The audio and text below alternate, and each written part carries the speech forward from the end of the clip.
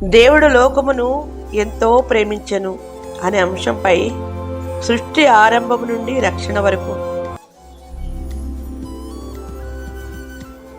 అనంతమైన దైవ ప్రేమ, సృష్టి నుండి సిలువ వరకు ఈ అనంతమైన విశ్వాన్ని ఒక్కసారి గమనించండి. నక్షత్రాల సమూహాలు, పచ్చని అడవులు, పరవళ్లు తొక్కే నదులు ఇవన్నీ ఎలా వచ్చాయి? బైబిల్ చెప్తుంది, ఆదియందు దేవుడు భూమి ఆకాశములను సృష్టించెను. దేవుడు ఈ లోకాన్ని సృష్టించింది కేవలం తన శక్తిని చాటుకోవడానికి కాదు, తన ప్రేమను పంచుకోవడానికి.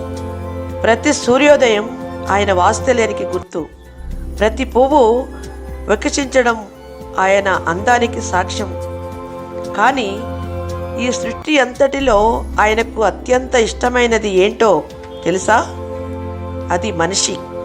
తన స్వరూపంలో, తన పోలికలో మనల్ని సృష్టించి ఈ సమస్త సృష్టిని మన చేతుల్లో ఉంచాడు. ఎందుకు? ఆయన మనల్ని ఎంతో ప్రేమించాడు గనుక. ప్రేమకు కలిగిన ఆటంకం పాపం. దేవుడు మనిషితో కలిసి నడవాలని ఆశపడ్డాడు. కానీ మనిషి తన సొంత జ్ఞానాన్ని నమ్మి సృష్టికర్త మాటకు ఎదురు తిరిగాడు. ఆ పవిత్రమైన ఏదెను వనంలో పాపం ప్రవేశించింది. ఆ క్షణమే దేవునికి మనిషికి మధ్య ఒక పెద్ద అగాధం ఏర్పడింది. పాపం వల్ల మనిషికి శాపం, వేదన మరియు మరణం సంభవించాయి. మనిషి దేవుని సన్నిధిని కోల్పోయి చీకటిలో కలిసిపోయాడు.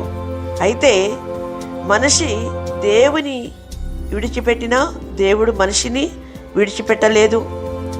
తన బిడ్డలు నశించిపోవడం చూసి ఆ తండ్రి హృదయం తల్లడిల్లిపోయింది. అక్కడే ఆయన ప్రేమ త్యాగంగా మారడం మొదలైంది. వాగ్దానం మరియు నిరీక్షణ. యుగ యుగాలుగా ప్రవక్తల ద్వారా దేవుడు ఒకటే మాట చెప్తూ వచ్చాడు, నేను మిమ్మల్ని విడిచిపెట్టను, మిమ్మల్ని రక్షించడానికి ఒక రక్షకుడిని పంపుతాను. మనిషి తన సొంత ప్రయత్నాలతో, నీతి క్రియలతో దేవుని దగ్గరకు చేరుకోలేడని ఆయనకు తెలుసు. అందుకే ఆయనే మన దగ్గరకు రావాలని నిర్ణయించుకున్నాడు. ఇది లోకం ఊహించని అద్భుతం. సృష్టికర్త అయిన సృష్టిగా మారడం, దేవుడే మనిషిగా అవతరించడం. యోహాను సువార్త 3వ అధ్యాయం 16వ వచనంలోని ఆ మధురమైన వాక్యం ఇక్కడే నెరవేరింది. దేవుడు లోకమును ఎంతో ప్రేమించెను. ఎంతగా అంటే తన ప్రాణం కంటే ఎక్కువగా. ప్రేమ పతక స్థాయి, క్రీస్తు త్యాగం. యేసుక్రీస్తు ఈ భూమిపైకి వచ్చింది గొప్ప రాజ్యాలు ఏలడానికి కాదు, మన పాపభారంతో నలిగిపోతున్న మనల్ని విడిపించడానికి. ఆయన రోగాలను స్వస్థపరిచాడు, కన్నీరు తుడిచాడు, ఆకలి తీర్చాడు. కానీ వీటన్నిటికంటే మించిన కార్యం గోల్గొతా కొండపై జరిగింది. ఆ శిలువపై యేసు వేలాడుతున్నప్పుడు ఆయన కార్చిన ప్రతి రక్తపు చుక్క ఒకటి అరిచి చెబుతుంది, నేను నిన్ను ప్రేమిస్తున్నాను. మనం పొందాల్సిన శిక్షను ఆయన భరించాడు, మనకు రావలసిన మరణాన్ని ఆయన రుచి చూశాడు. శిలువ అనేది కేవలం ఒక శిక్ష సింహం కాదు, అది దేవుని ప్రేమకు అత్యున్నత శిఖరం. అక్కడ న్యాయం మరియు ప్రేమ ముద్దు పెట్టుకున్నాయి. విశ్వాసం మరియు నిత్య జీవం. మరణం ఆయనను బంధించలేకపోయింది. 3వ దినాన ఆయన తిరిగి లేచాడు. ఈరోజు ఆయన మనతో అంటున్నాడు, ఎవరైతే నాపై విశ్వాసం ఉంచుతారో వారు నశింపక నిత్య జీవం పొందుతారు.